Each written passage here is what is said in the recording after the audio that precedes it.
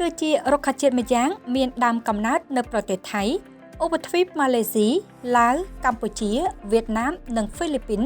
ភាគច្រើនវាដុះនៅក្នុងព្រៃល្បោះព្រិចគឺជារុក្ខជាតិពណ៌បៃតងដែលដើមរបស់វាអាចមានកម្ពស់រហូតដល់10ម៉ែត្រស្លឹករបស់វាដុះឆ្លាស់គ្នាមានលក្ខណៈរាងពងក្រពើពណ៌បៃតងរលោង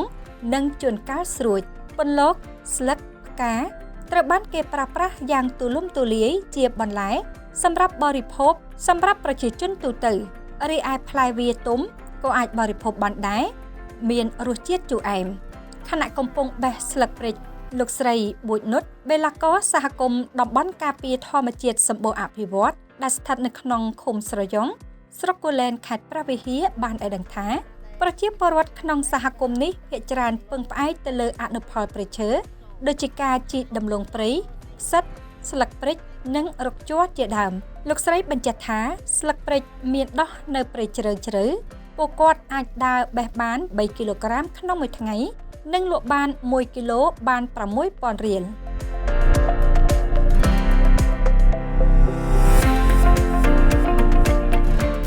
កំពុងបេះព្រិចស្លឹកព្រិចនិយាយធ្វើអីនៅស្លឹកនេះគេយកធ្វើបន្លែដូចជាឆុងមីក៏បានឆាស្លប្រហើបន្លែធម្មជាតិបន្លែពណ៌បៃតងមួយថ្ងៃបំតាមថ្ងៃណាដែលវាលាស់ច្រើនដែរយើងបេះបាន5គីឡូ3គីឡូ1គីឡូ6,000ជាទូទៅអ្នកខ្លះបាន30000អ្នកខ្លះបាន20000រួចថ្លៃមកហូបបេះមកជួនកាល3នាក់4នាក់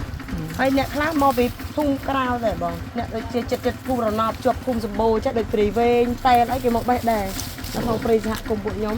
ចាក្រៅពីស្លឹកនេះដើរកាច់ដើមដូងព្រាសម្រាប់ធ្វើលបោបោះផ្ទះលក្ខណៈគ្រួសារលក់ឲ្យប្រជាពលរដ្ឋក្នុងភូមិគិតថាល្អទេដល់ពេលយើងថែសារព្រៃឈើបានហើយយើងបានទទួលបានអនុផលពីបងបានផលប្រយោជន៍ទាំងអស់យើងអាចដកអនុផលព្រៃឈើបានមកវិញទាំងអស់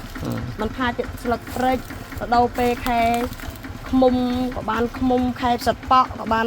ដកហូតពីប៉ក់ចុងផ្ដៅមានសពគ្រប់បងមានអារម្មណ៍សប្បាយរួមថែរក្សាទាំងអស់គ្នាដើម្បីដកហូតអនុផលព្រៃឈើដល់សហគមន៍ខ្ញុំមាន